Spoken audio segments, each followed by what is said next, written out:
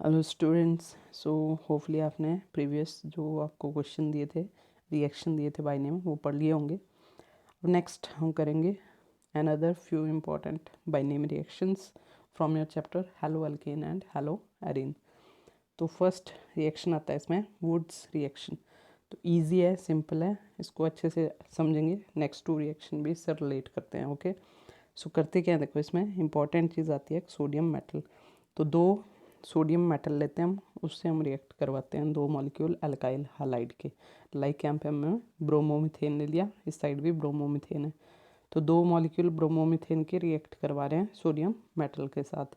तो होगा क्या, देखो इस रिएक्शन के अंदर सिंपली यहाँ से आपका ब्रोमीन और इसका ब्रोमीन, ये दोनों सोडियम के साथ रिएक्ट करके निकल जाते हैं 2NaBr के फॉर्म में। ओके, और बचा क्या, एक मिथाइल यहाँ पे और एक ये यहाँ पे, ये आपस में दोनों कंबाइन करके क्या बनाते हैं, इथेन। तो ये हो गया आपका वुड्स रिएक्शन। अब नेक्स्ट आता है आपका फिटिग रिएक्शन। ठीक है, फिटिग रिएक्शन क्या होता है, तो इसमें हेलो एरीन, ठीक है, जब हम बेंजीन के ऊपर हेलोजन ऐड कर देते हैं तो ये देखो दो मॉलिक्यूल अब हमने क्या किए, हेलो एरीन के ले लिए।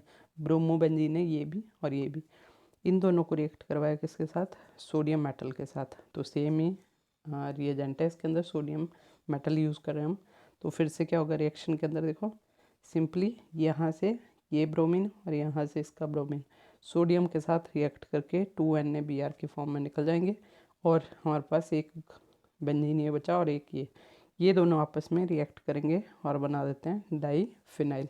ठीक है, फिनाइल बेंजीन को ही बोला जाता है फिनाइल। तो दो जुड़ गए तो इसलिए हम इसको क्या बोलते हैं, डाई फिनाइल। ठीक है, अब आ जाओ दोनों को कंबाइन करके थर्ड रिएक्शन मिलता है।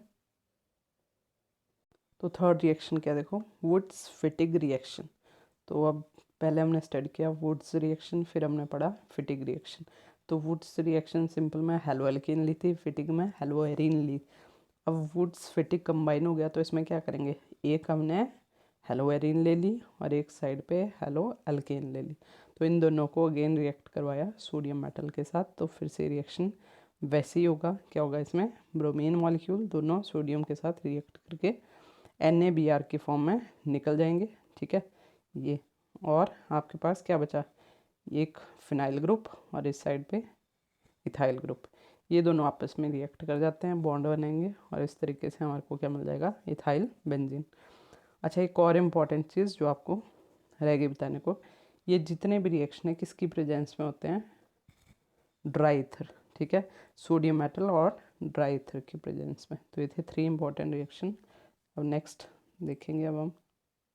नेक्स्ट रिएक्शन आता है आपका फ्रीडल क्राफ्ट्स रिएक्शन बोलते हैं इसको। इसके दो टाइप होते हैं, एक फ्रीडल क्राफ्ट अल्काइलेशन जिसमें अल्काइल ग्रुप ऐड होता है। ठीक है, लाइक ये हो गया अल्काइल ग्रुप। एक होता है आपका फ्रीडल क्राफ्ट एसाइलेशन जिसमें असाइल ग्रुप कौन सा होता है, COCS3, इसको हम क्या बोलते हैं, असाइल ग्रुप। तो इसको ऐड किया जाता है। फर्स्ट ऑफ ऑल हम क्या देखेंगे, फ्रीडल क्राफ्ट्स अल्काइलेशन रिएक्शन कैसे होता है। तो देखो दोनों रिएक्शन में एक चीज़ कॉमन है कि एनहाइड्रस एल्यूमिनियम ट्राइक्लोराइड की प्रेजेंस में रिएक्शन होता है। अब फर्स्ट फ्रीडल क्राफ्ट एल्काइलेशन में क्या होता है, हम क्लोरोबेंजीन को रिएक्ट करवाते हैं। क्लोरीन बेंजीन के ऊपर लग गया तो इसको क्या बोलते हैं, क्लोरोबेंजीन। इसको हम रिएक्ट करवा रहे हैं किसके साथ, आपके अल्काइल हलाइड के साथ। ठीक है, लाइक ये क्लोरोमिथेन है तो इसके साथ इसको रिएक्ट करवाएंगे एनहाइड्रस एल्यूमिनियम ट्राइक्लोराइड की प्रेजेंस में। तो क्या मिलता है हमारे को, दो टाइप के प्रोडक्ट बनते हैं, एक ऑर्थो और एक पैरा। बताया था आपको ये जो पोजीशन होती है इसको हम बोलते हैं ऑर्थो, और ये जो यहाँ पे पोजीशन होती है इनको हम बोलते हैं पैरा। ठीक है, तो एक ऑर्थो प्रोडक्ट बनता है और एक पैरा प्रोडक्ट। अब जो ऑर्थो प्रोडक्ट होता है ये आपका माइनर प्रोडक्ट होता है, कम बनता है। ठीक है, जबकि जो आपका पैरा प्रोडक्ट है वो ज़्यादा बनता है, इसको हम मेजर प्रोडक्ट बोलते हैं। ये आपका 20% बनता है अबाउट, और जो पैरा प्रोडक्ट है पैरा क्लोरोटोल्यूइन वो आपका अबाउट 80% बनता है। तो ये जो रिएक्शन है जिसमें हमने क्लोरोबेंजीन को अल्काइल हलाइड से एनहाइड्रस एल्यूमिनियम ट्राइक्लोराइड की प्रेजेंस में रिएक्ट करवाया तो हमें क्या मिले, ortho and para substituted product मिले, जिसमें क्या हुआ, एल्काइल ग्रुप की सब्सटीट्यूशन हो गई क्लोरोबेंजीन के ऊपर। ठीक है, तो इस रिएक्शन को बोला जाता है फ्रीडल क्राफ्ट्स अल्काइलेशन रिएक्शन। तो नेक्स्ट आता है आपका Friedel crafts acylation. Acyl group किसको बोलते हैं, जैसे मैंने पहले बोला था आपको COCH3, पहले हमने क्या लिया था CH3Cl ग्रुप, ठीक है, अल्काइल हलाइड। अब हम ले रहे हैं acetyl halide, acetyl chloride for example.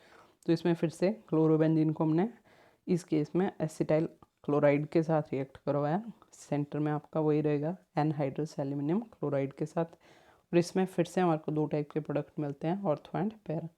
अब अगेन जो पैरा प्रोडक्ट है यहाँ पे डिपोजिशन होगी COCH3 जो असाइल ग्रुप है उसकी, तो उसको हम क्या बोलते हैं, पैराक्लोरो एसिटोफिनोन, ठीक है। और ये मेजर प्रोडक्ट होता है, अबाउट 80% बनेगा। वैसे ही ऑर्थो सब्सटीट्यूशन भी होती है इसकी, और वो बनती है ऑर्थो क्लोरो एस्टोफिनोन, ठीक है। ये माइनर प्रोडक्ट होता है, अबाउट 20% बनता है। तो इस तरीके का जो रिएक्शन होता है जिसमें एनहाइड्रस एल्यूमिनियम ट्राइक्लोराइड की प्रेजेंस में एसिटाइल ग्रुप को हम क्लोरोबेंजीन के ऊपर ऐड करवा रहे हैं ऑर्थो और पैरा पोजिशन पे, तो उसको हम बोलते हैं फ्रीडल क्राफ्ट्स असाइलेशन रिएक्शन, ठीक है। सो आज के लिए इतने काफ़ी हैं, इनको नोट करिए एंड लर्न करिए, ठीक है। Thank you.